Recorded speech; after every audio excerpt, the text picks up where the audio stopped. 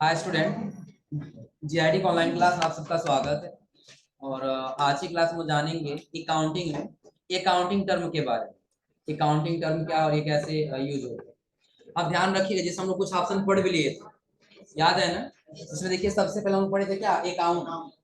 क्या पढ़े थे? अब अकाउंट में कई लोग कंफ्यूज है कि अकाउंट क्या है। देखिए कभी भी और पूछा जाए व्हाट इज अकाउंट, अकाउंट का क्या जवाब देंगे कि बिजनेस में जो भी हम ट्रांजेक्शन करते हैं उस ट्रांजेक्शन का प्रभाव यदि जहां एक जगह दिखाई देगा वही हमारा क्या है, अकाउंट। ने यही बताया है ना कि सपोज करिए कि हमारा बिजनेस है और उस बिजनेस में यदि हम कहीं क्या कर रहे हैं, रिकॉर्ड कर रहे हैं, कोई ट्रांजेक्शन नोट कर रहे हैं। आया समझे ना। जब नोट करेंगे तो उसका हम क्या करेंगे, एक रिपोर्ट तैयार करेंगे। क्या तैयार करेंगे? रिपोर्ट तैयार करेंगे। और जो रिपोर्ट तैयार करेंगे उसका पार्टिकुलर कहीं एक जगह प्रभाव दिखाई देगा। या तो कैश ज्यादा होगा, या तो बैंक में ज्यादा होगा, या तो लोन ज्यादा होगा, या तो लाइबिलिटी ये क्या होता है, इनकम ज्यादा होगा। तो कहीं भी जो भी आपको ज्यादा दिखाई दे रहा है, इफेक्ट जिसमें ज्यादा पड़ रहा है, वही आपको क्या कह रहा है ना। क्लियर है ना। हाँ, अकाउंट तो वो है जिसमें पैसे का ट्रांजैक्शन हो रहा है। बिना ट्रांजैक्शन कोई रिपोर्ट, कोई ट्रांजैक्शन ही नहीं बनेगा। अकाउंट तो जिसमें पैसा जा रहा है। हाँ, यही है बस वही। हम लेजर और अकाउंट तो कंफ्यूज। देखो लेजर और अकाउंट में भी कंफ्यूजन है। लेजर भी आगे हमको पढ़ना है, लेजर क्या वो आगे बताएंगे। आ रहा समझ ना। अब चूंकि सिर्फ हम क्या बता रहे हैं, अकाउंट क्या जिस ट्रांजैक्शन कर रहे हैं, हम लेन देन कर रहे हैं, और जिस दिन रिपोर्ट तैयार करेंगे ना तो जिसका एक वैल्यू ज्यादा दिखाई देगा वही हमारा क्या है। इतना क्लियर है ना। और उसके बाद अगला आता है क्या, बिजनेस। अगला क्या है, तो बिजनेस सबको पता होगा लगभग कि लाभ कमाने की उद्देश्य से किया गया कार्य क्या कहलाता है, बिजनेस कहलाता है। और बिजनेस को तीन भाग में डिवाइड किया गया। कौन कौन सा? ट्रेडिंग, मैन्युफैक्चरिंग और सर्विसेज। ट्रेडिंग क्या क्या है, जो एक सामान को खरीदे और उसको कुछ लाभ यानी कुछ उद्देश्य है उसका इतना लाभ कमाने उसको रखे और बेच दे, वो किस प्रकार का बिजनेस है। मैन्युफैक्चरिंग क्या है, अलग अलग रॉ मटेरियल्स को खरीदे, एक नया मटेरियल्स बनाकर उसको सेल कर। आ रहा समझे ना। जैसे एग्जांपल लिए थे, सपोज करिए कि हमको मार्कर पेन बनाना, क्या बनाना है, मार्कर। उसका जो कवर है वो हम कहीं और से खरीदेंगे, उसके अंदर का जो इंक है वो कहीं और से खरीदेंगे, और उसके अंदर जो कॉटन लगा हुआ है वो कहीं और से खरीदेंगे। वही हमारा क्या है, तीनों की मिक्स कर लेंगे, एक नया हमारा मार्कर बन के तैयार। अब बना करके हम इसको क्या कर दिए, सेल कर दिए, तो जो हमारा बिजनेस वही क्या कहलाएगा, मैन्युफैक्चरिंग। और मैन्युफैक्चरिंग के बाद अगला बताया था क्या, सर्विस क्या होगा, यदि आप पैसा देंगे लेकिन उसके बदले आपको कोई गुड्स नहीं मिलेगा, उसके बदले सेवा प्रदान होगा, वही क्या हमारा। ये तो क्लियर है ना। हाँ, उसके बाद हम लोग अगला पढ़े थे क्या, प्रोप्राइटर। क्या पढ़े थे, यानी कि जो बिजनेस में पैसा इन्वेस्ट कर रहा है, जो उसका जिम्मेदारी है कि हाँ लाभ होगा तो हमारा ही नुकसान होगा और हानि होगा तो भी हमारा ही नुकसान होगा, उसके लिए जो कौन कहलाएगा, कोई बिजनेस का मालिक है। और उसका हम पढ़े थे अकाउंटिंग पीरियड, समय अवधि, कि जब हम कोई भी रिपोर्ट तैयार करेंगे तो एक समय लेकर के नहीं तैयार करेंगे। हम एक मंथ बनाएंगे, 3 मंथ में, या एक साल में, हाफ ईयर में। आया समझे ना। वही हमारा क्या कहलाएगा, अकाउंटिंग पीरियड। जो देखिए दे रहा है, एक रेगुलर पीरियड समय अवधि जिसके लिए स्टेटमेंट तैयार करते हैं। एक समय अवधि जिसके लिए रिपोर्ट तैयार करेंगे ना, 1 मंथ के लिए तैयार करें, 3 मंथ के लिए तैयार करें, वही हमारा क्या कहलाएगा, फाइनेंशियल, ये अकाउंटिंग पीरियड। अब जो कह रहा है क्या, अकाउंटिंग पीरियड कहलाता है। और अकाउंटिंग पीरियड एक मंथ का, क्वार्टर का, या फिर ईयर का। क्वार्टर क्या है आपको मुझे अच्छे समझाया। मान लेते हैं कि एक सर्कल है, इसको हम कितने भागों में डिवाइड कर देंगे। पहला क्या हो जाएगा, अप्रैल, मई और जुलाई, अगस्त और सितंबर, अक्टूबर, नवंबर और जनवरी, फरवरी और मार्च। 3 3 मंथ का एक ही क्वार्टर बनेगा। एक साल में कितना क्वार्टर, 4। इतना क्लियर है ना। या तो फिर आप एक साल में एक बार बनाइए, 1 अप्रैल से स्टार्ट करिए और 31 मार्च को क्या कर देंगे, रिपोर्ट तैयार करके कंप्लीट। क्लियर है ना। और उसके बाद अगला हम पढ़े थे क्या, चार्ट्स ऑफ अकाउंट। ये पढ़े थे ना कि बिजनेस में जहां हम क्या करते हैं, ग्रुप बना करके रखते हैं, समूह बना करके, वही हमारा क्या कहलाएगा, चार्ट। जैसे एक एग्जांपल दिए थे, आप लोग इंस्टाग्राम के लिए ग्रुप बनाते हैं तो उसका ग्रुप हो जाएगा, फेसबुक ग्रुप बनाए तो फेसबुक के माध्यम से ही बनेगा, व्हाट्सएप ग्रुप बनाए तो व्हाट्सएप के माध्यम से ही बनेगा। ठीक उसी प्रकार जो हमारा ऑर्गेनाइजेशन है, जो कंपनी है, उसके लिए हमें ग्रुप बनाए। ग्रुप क्या बनाया है कि यदि जो कस्टमर होगा वो कस्टमर का जो है वो अलग रहेगा और जो सप्लायर होगा वो सप्लायर का क्या रहेगा, अलग। तो वही हमारा क्या कहलाएगा ग्रुप, चार्ट ऑफ। और उसके बाद अगला हम लोग पढ़े थे इन्विटी। इन्विटी का मतलब हमने बताया था अस्तित्व। कोई बिजनेस है, बिजनेस का जरूर अस्तित्व हो। जैसे बिजनेस का नाम ही बिजनेस के लिए क्या होता है, अस्तित्व हो। बिजनेस का नाम हटा दीजिए, बिजनेस का नाम क्या कर दिया, हटा दिया। सपोज करिए कि यहाँ पे सबसे अगर कोई स्टेशनरी के लिए देखा है तो क्या लक्ष्मी बुक डिपो है ना, अगर उसका नाम हटा तो कहीं हमको बुक्स लेना था, क्या कहेंगे, वहां चले जाइए, उस दुकान है ना जहाँ काफी किताब मिलता है, तो ऐसे तो है उसका नहीं है ना। बिजनेस का नाम है क्या उसके लिए, अस्तित्व। और एक और उदाहरण दिए थे, बिजनेस का मालिक भी एक एंटिटी होता है, बिजनेस का मालिक भी अस्तित्व। कोई अगर जो जानता है कि ये कह सकता है काफिला साहब यहाँ चले जाइए, वहां पे सामान में या तो बिजनेस के नाम से कह सकता है। तो बिजनेस का मालिक या फिर बिजनेस का नाम ही उसके लिए क्या है, एंटिटी, यानी कि अस्तित्व। अस्तित्व क्या क्लियर हो रहा है। और उसके बाद बताया था क्या, ट्रांजेक्शन क्या बताए थे, दो या दो से अधिक व्यक्तियों के बीच में लेन देन होने वाली प्रक्रिया क्या कहलाती है, ट्रांजेक्शन। अगर जो सपोज करिए बिल्कुल एक सिंपल उदाहरण दीजिए, अगर जो आप कोई गुड्स क्या कर रहे हैं, परचेस कर रहे हैं, गुड्स क्या कर रहे हैं, तो परचेस करने के लिए एक माइनस और दूसरा प्लस होगा कि नहीं। यदि आपके पास से कैश जा रहा है तो कैश के बदले क्या होगा, कुछ गुड्स आपके पास आएगा कि नहीं आएगा, आएगा ना। एक माइनस और दूसरा क्या हुआ, प्लस। उसी प्रकार से बिजनेस और ट्रांजैक्शन करने जाए तो दो पक्ष हो जाए, कितने पक्ष होंगे, अब दो व्यक्ति मिलकर ही ट्रांजैक्शन कर पाएंगे, सिंगल व्यक्ति कोई ट्रांजैक्शन नहीं। या आप लोग पहले भी पढ़े हुए हैं, आया समझे ना, कि बिजनेस में जो भी ट्रांजैक्शन करेंगे तो ट्रांजैक्शन दो या दो से अधिक बिजनेस एंटिटी के बीच ही होता है, चाहे बिजनेस एंटिटी हो या फिर कोई पर्सन। आया समझे ना। और आगे कह रहा है ट्रांजैक्शन एक ऐसा इवेंट है जिसकी कुछ वैल्यू, और ट्रांजैक्शन में ऐसा होना चाहिए जिसके अंदर कुछ अमाउंट हो, कुछ वैल्यू हो।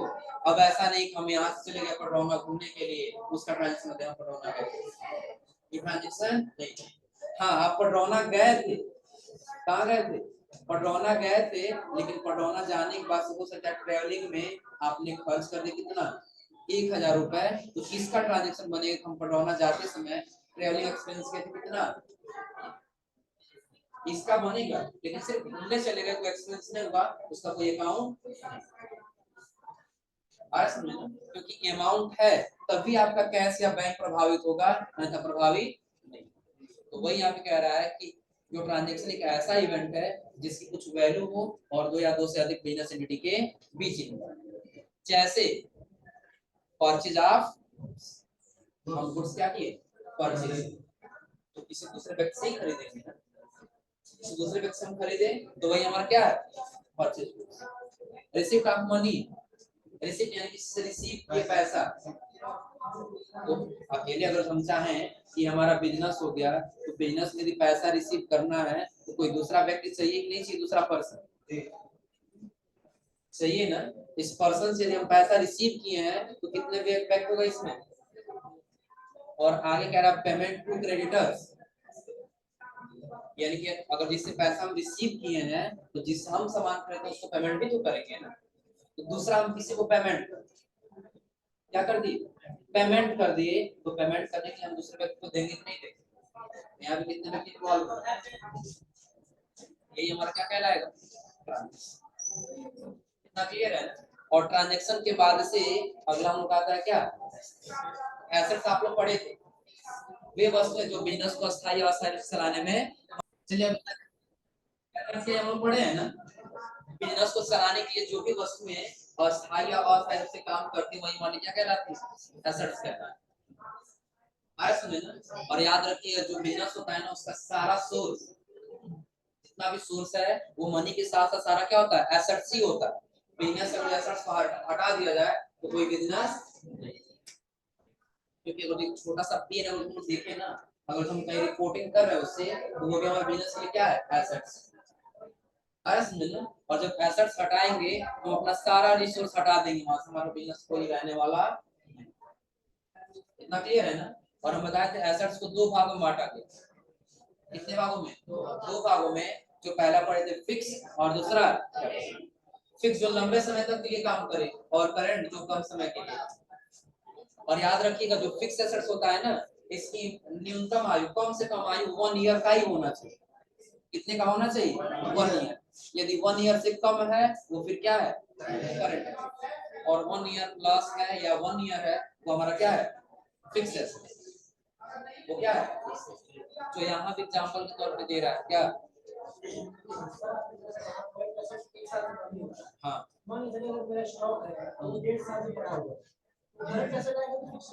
करंट एसेट्स ही रहेगा। ऐसा इसलिए रहेगा समझो, क्योंकि वो एक साल से नीचे रहेगा तभी करंट एसेट नहीं, वही है। पहले मेरी बात सुनो, उसकी न्यूनतम आयु कितनी मानी जाती है? 1 ईयर मानी जाती है। अब कोई स्टॉक है, आप बेचिए या ना बेचिए, वो तो आपकी कमी है ना, वो बिजनेस की कमी थोड़ी है। बहुत ऐसे बिजनेस स्टॉक पड़े जो कभी बिकता ही नहीं है, वो एसेट्स फिक्स एसेट्स में थोड़ी है। आ रहा है समझ लीजिए, अगर जो बिजनेस में देखा है तो हजारों एसेट्स पड़े, हजारों ऐसे स्टॉक पड़े हो, आ रहा समझे ना, जो हम खरीद लिया और कभी बिका ही, इसका मतलब ये थोड़ी है कि हाँ वो हमारा फिक्स एसेट्स ही। आ रहा समझे ना, अगर जो आप बेचेंगे, सेल करेंगे, आप सेल करना चाहें तो कल ही खत्म हो जाएगा, ऐसा थोड़ी है। आ रहा समझे ना, तो याद रखिए कि कभी भी जो हमारा स्टॉक है, स्टॉक को हम फिक्स एसेट्स नहीं कह सकते। आ रहा समझे ना, और इसलिए नहीं कह सकते क्योंकि ऐसे बहुत ऐसी वस्तुएं हैं जो ऐसे पड़ी रहेंगी, जो हमारे उसका क्या, जब बेचेंगे तभी तो हमारे लिए इनकम कहलाएगा ना, बेचने से पहले इनकम नहीं कहलाएगा ना, तो वैसे पड़ा हुआ है। आ रहा समझे ना, वो हमारा क्या है? करंट एसेट्स या फिक्स एसेट्स में काउंट नहीं क्लियर है ना। अब देखिए इसके आगे क्या दे रहा है? हाँ, नहीं पहले फिक्स एसेट्स में समझ लीजिए, फिक्स एसेट्स क्या कह रहे हैं?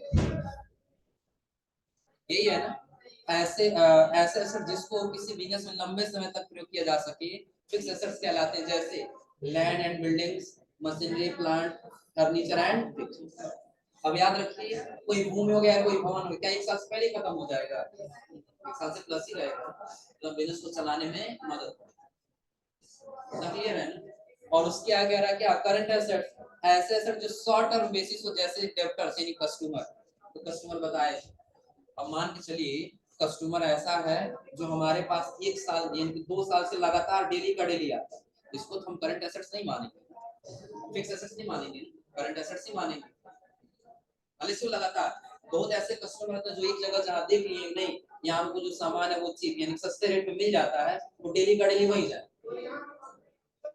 समझे ना, अब उसको हम फिक्स एसेट्स मानेंगे नहीं, एसेट्स है लेकिन किस प्रकार का? Current assets. आज है कल नहीं रहेगा, कोई गारंटी इसकी थोड़ी। वो ऐसे ही दिया क्या? स्टॉक, यानी कि स्टॉक क्या होता है? जो गुड्स बिजनेस में सेल करने के लिए रखा गया वही क्या कहलाता है? और स्टॉक के पास दिया है bill receivable, cash bank balance.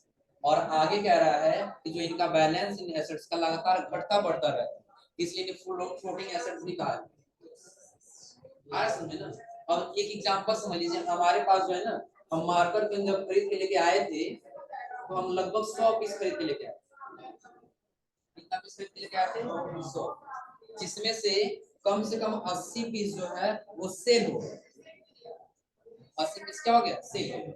और रह गया कितना पीस? 20 पीस। फिर बाद में हम दोबारा से फिर 100 पीस लेके आ गए, अब कितना हो गया? तो जो ये 100 आ रहा है ना, यही नया वाला सेल होता जा रहा है, पुराना वाला जैसा वैसे रह रहा है।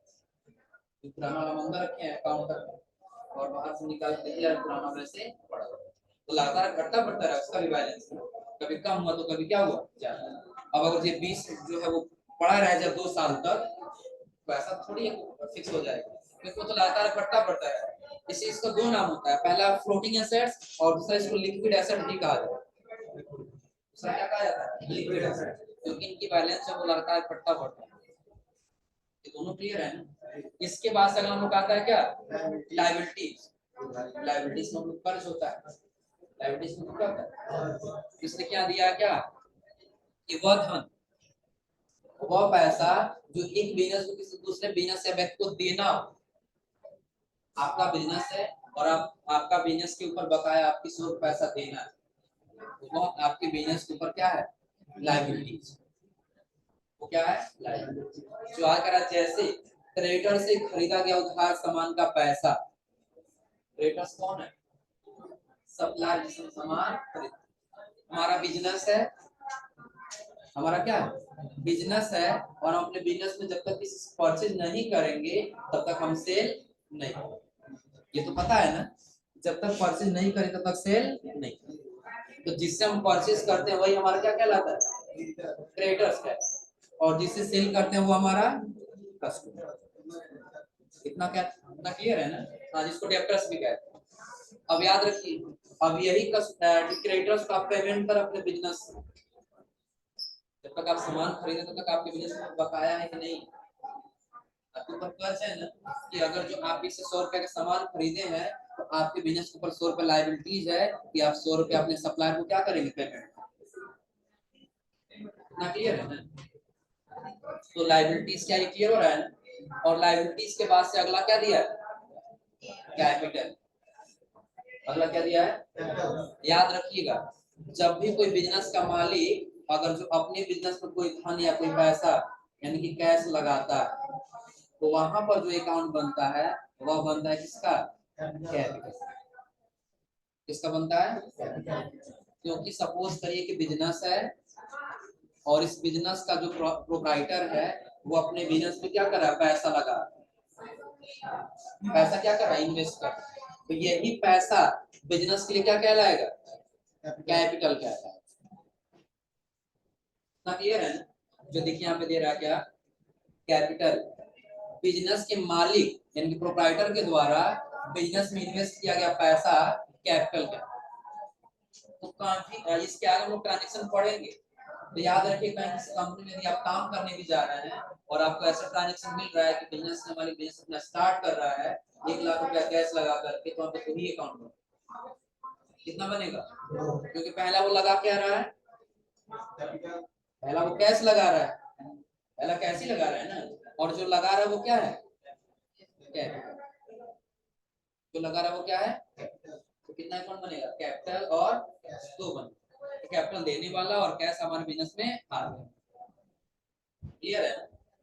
कैपिटल क्या, आप ये पूछा जवाब देते जाएंगे ना। कैपिटल यानी कि बिजनेस के मालिक के द्वारा बिजनेस में इन्वेस्ट किया गया पैसा क्या कहलाता है, कैपिटल। और उसके बाद अगला क्या कह रहा है, इनकम समझने से पहले दो चीज समझ लीजिए, रिवेन्यू और एक्सपेंस। जब रिवेन्यू और एक्सपेंस जब मालूम रहेगा ना तो इनकम अपने आप आएगा। रिवेन्यू लाभ कमाया गया अमाउंट क्या कहलाता है, रिवेन्यू क्या है। हम ये कह सकते हैं कमाया गया अमाउंट क्या कहलाएगा, और एक्सपेंस क्या है, खर्च। तो जितना उस अमाउंट को कमाने के लिए हम खर्च किए हैं वही हमारा क्या है, एक्सपेंस। एग्जांपल के तौर पे कि अभी हम क्या किए, 100 रुपए कमा, कितने रुपए, 100। तो जो 100 रुपए हमारे बिजनेस में आ गए ये हमारा क्या है, रिवेन्यू। ये क्या है, प्रॉफिट है, सब टोटली उसमें मिक्स है, सेल है, सिर्फ जितने हम सेल कर दी वही हमारा क्या है, रिवेन्यू। ये कैसे, हाँ वही, हम बिल्कुल सिंपल ये कह सकते हैं कि जितना हम सेल किए हैं, सेल किया गया अमाउंट के मतलब क्या है, रिवेन्यू। और इस सेल करने में जरूर हमने कुछ कुछ एक्सपेंस किया, जरूर कुछ कुछ खर्च किया, तो वो हमारा क्या है, एक्सपेंस। अब इन्हीं दोनों के बीच का जो डिफरेंट है वही क्या कहलाएगा, इनकम। इतना क्लियर है ना? यानी कि सपोज फॉर एग्जांपल के तौर पे हमने कितने का सेल किया, 100 रुपए का सेल करने के लिए हमने 50 रुपए क्या कर दिया, खर्च कर दिया, तो जो हमारा इनकम वो कितना आ जाएगा, क्लियर है ना? अब यानी कि इनकम क्या है, क्लियर हो रहा है ना? और इनकम के जस्ट नीचे दे रहा है क्या, एक्सपेंडिचर। क्या दे रहा है, एक्सपेंडिचर। हाँ याद रखिएगा, इसके पहले आपने एक शब्द पढ़ा था एक्सपेंस, क्या पढ़े, एक्सपेंस शब्द से ही मिलकर बना एक्सपेंडिचर। इससे एक्सपेंस से मिलकर क्या बना है, एक्सपेंडिचर। जैसे अगर तो कोई बिजनेस है हमारा तो कोई गुड्स परचेज करेंगे ना, गुड्स क्या करेंगे, परचेज करेंगे, और परचेज करने के बाद हम उसको क्या करेंगे, सेल।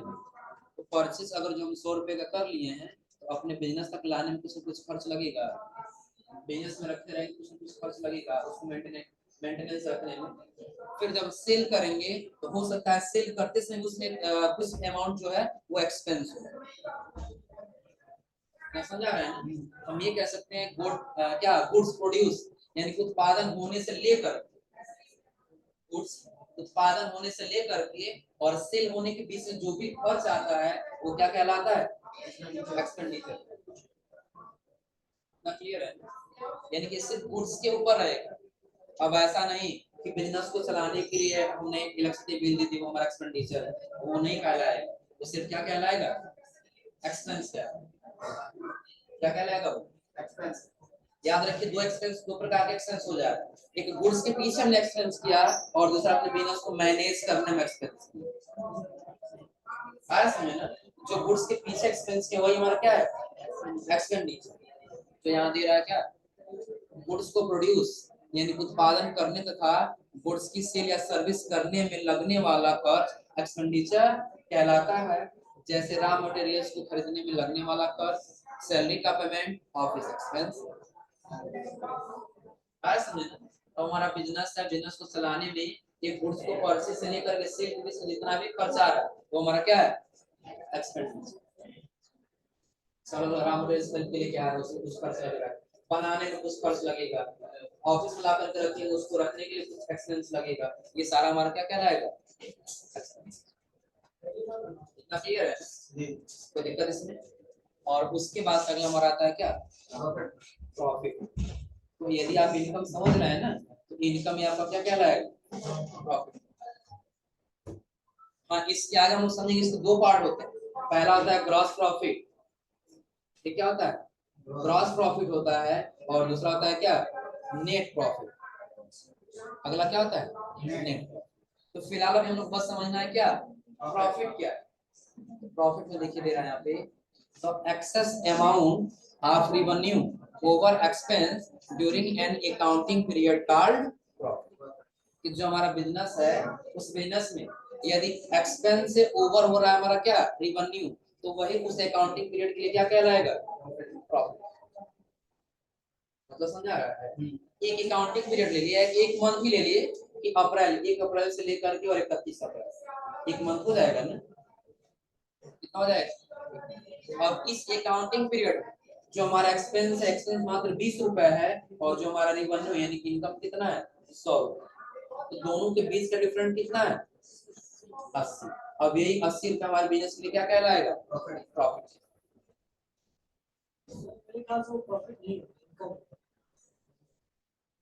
अभी हमने बताया है प्रॉफिट को दो भागों में बांटा गया, पहला ग्रॉस प्रॉफिट और दूसरा बांटा गया है नेट प्रॉफिट। आ रहा समझे ना? तो मैं इसी का मतलब समझा जो दे रहा है, the excess amount of revenue over expense. क्या एक्सपेंस से ओवर जितना ही हमारा रेवेन्यू वही हमारा क्या है? अब इसी प्रॉफिट को दो भागों में बांटा गया, पहला ग्रॉस और दूसरा। ग्रॉस कब होगा? जिसमें एक्सपेंस शामिल नहीं है, सिर्फ परचेज और सेल कर दिए हैं। परचेज हम किए 10 रुपए में और सेल कर दिए 15 रुपए में, तो ये जो 5 रुपए आएगी हमारा क्या है? ग्रॉस प्रॉफिट क्या है? समझे ना? नेट प्रॉफिट क्या होगा कि 10 रुपए खरीदे हैं और 15 रुपए में सेल किए, इसके बीच जरूर एक्सपेंस हुआ होगा, और उस एक्सपेंस को यदि शामिल करेंगे 2 रुपए का और 3 का जो बचेगा ये हमारा नेट प्रॉफिट है। समझे ना? इतना क्लियर हो रहा है ना? तो फिलहाल अब इस शब्द क्या दिया? प्रॉफिट किसको बोलेंगे? बस प्रॉफिट हम इसको कह सकते हैं कि एक अकाउंटिंग पीरियड में एक्सपेंस से जितना हमारा रेवेन्यू अधिक होगा वही हमारा क्या कहलाएगा? प्रॉफिट कहलाएगा। अब क्लियर हो रहा है ना? एक्सपेंस से जितना रेवेन्यू अधिक हुआ वही हमारा क्या कहलाएगा? सेम वही इनकम की तरह ही तो दिया है ना? इनकम भी सेम वही कह रहा है कि रेवेन्यू जितना एक्सपेंस और रेवेन्यू भी जितना डिफरेंट होगा वही हमारा क्या कहलाएगा? इनकम। तो वही प्रॉफिट भी तो कहलाएगा। प्रॉफिट भी तो वही कहलाएगा ना? जैसे एग्जांपल ले लीजिए कि हमारा बिजनेस है और अपने बिजनेस में आज हम 100 रुपए लगाए। कितना लगाए थे? 100। और इससे हम कमा लिए कितना? 200। तो हमारा इनकम आज का कितना हुआ है? 100 रुपए। तो प्रॉफिट भी कितना हुआ है? 100 रुपए। अब इस प्रॉफिट को दो भागों में बांटा गया, पहला ग्रॉस और दूसरा नेट। अब ग्रॉस क्या होता है, नेट क्या होता है? तो ग्रॉस में ये एक्सपेंस शामिल नहीं रहेगा, लेकिन इसमें नेट में एक्सपेंस शामिल रहेगा। यानी इसमें इसमें प्रॉफिट एक्सपेंस नहीं रहेगा और इसमें एक्सपेंस रहेगा। जैसे एग्जांपल के तौर पे यदि आपने 100 रुपए लगाया तो 100 रुपए लगाने के बाद कुछ एक्सपेंस होगा नहीं होगा, इस एक्सपेंस को इस क्रॉस प्रॉफिट में नहीं जोड़ा जाएगा, उसको किस में जोड़ा जाएगा? Net profit. यानी कि 100 रुपए यदि आपने कमाया तो ये आपका क्या है, ग्रॉस प्रॉफिट। अब इस 100 रुपए में यदि 10 रुपए आपका एक्सपेंस हुआ है, जब माइनस करके निकाल लेंगे तो वही कितना क्या बचेगा, हमारा नेट प्रॉफिट बचेगा। समझे ना, प्रॉफिट को दो भागों में बांटा गया, कौन कौन सा, ग्रॉस और, ग्रॉस कब होगा, जब उसमें कोई एक्सपेंस शामिल नहीं रहेगा, उसमें कोई एक्सपेंस शामिल नहीं, हम कितना में परचेज किए और कितना में सेल कर दिए, दोनों के बीच का जो डिफरेंट वही हमारा क्या है, प्रॉफिट। अब इसी प्रॉफिट में यदि हम एक्सपेंस निकाल देंगे तो क्या बचेगा हमारा, अब क्लियर है ना, यानी कि इसमें जो दे रहा है इनकम, एक्सपेंडिचर और प्रॉफिट, ये क्लियर हो रहा है ना। और जस्ट उसी के आगे देखिए दिया क्या, बिजनेस करते हैं, हो सकता है किसी ट्रांजेक्शन कर किसी से ज्यादा कमा, ऐसा होता है ना। तो जिस बिजनेस में एक हमको प्रॉफिट मिल जाएगा ज्यादा, ये किसी ट्रांजेक्शन से प्रॉफिट, वही क्या कहलाएगा। तो फिलहाल अभी आज आप लोग पढ़ के आइए आगे तक, और गेन के आगे लॉस, और ये जो भी आगे पढ़ के आगे, इतना नहीं समझ आ रहा है जी।